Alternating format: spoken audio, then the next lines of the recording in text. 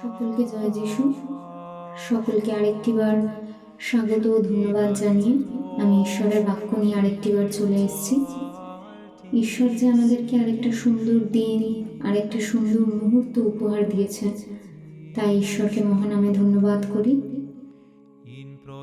আজকের আমাদের আলোচনার বিষয়বস্তু হলো, আমরা প্রত্যেকেই জীবনে চলার পথে বিভিন্ন সময় বিভিন্নভাবে আমরা নিজেদেরকে একা মনে করি।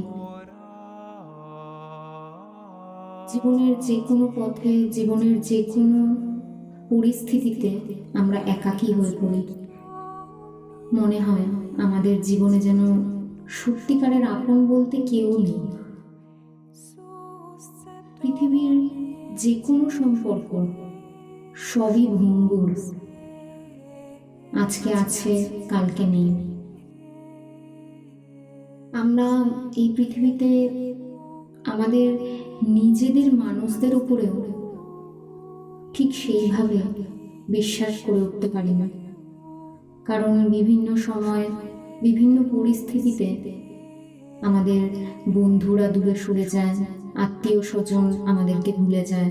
যে কোনো কঠিন পরিস্থিতি আসলে আমরা এই সমস্যার সম্মুখীন হই।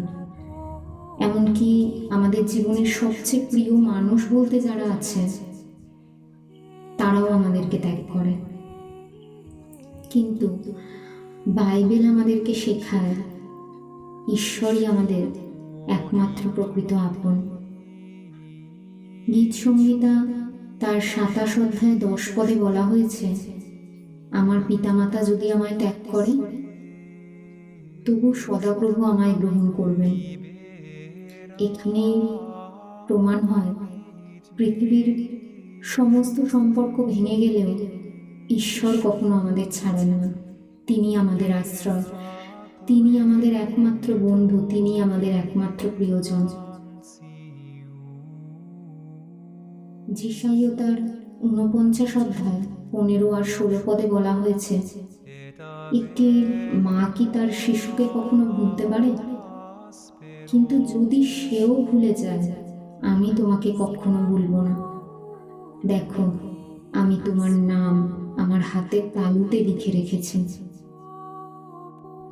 ঈশ্বরের এই প্রতিশ্রুতি শুধুমাত্র কথায় নয়, এই কথাগুলো আমাদের জীবনের জীবন্ত বাস্তবতা।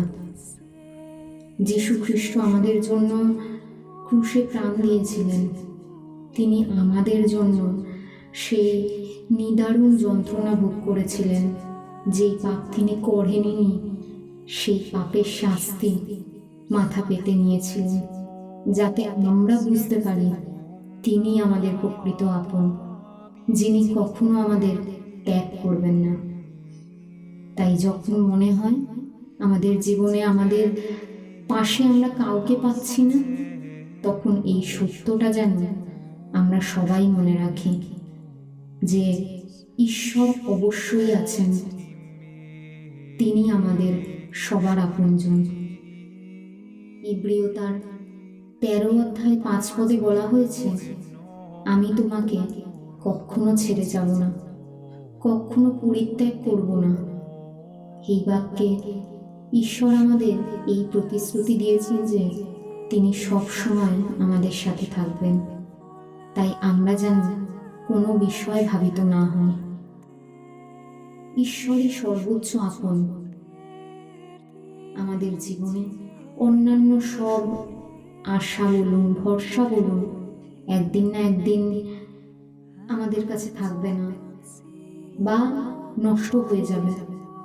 কিন্তু ঈশ্বরের বলা কথার অন্যথা কোনোদিনও সম্ভব নয়।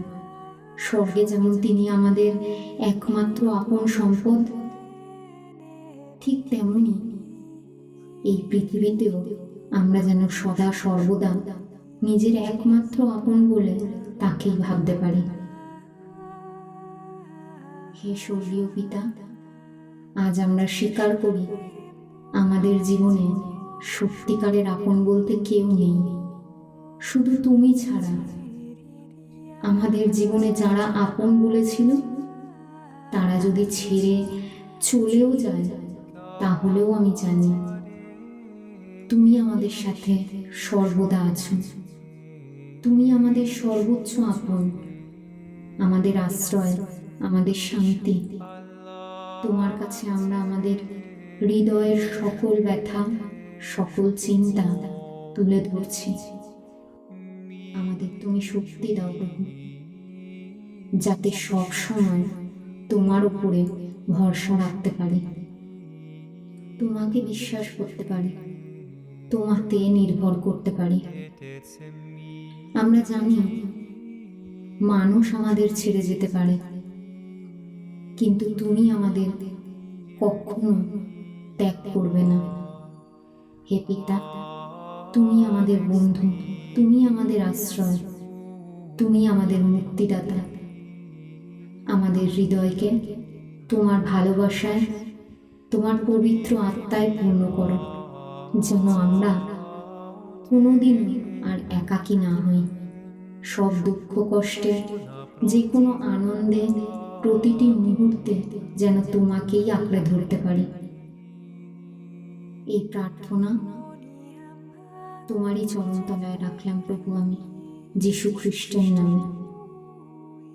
সকলকে জয় যীশু। আমিন।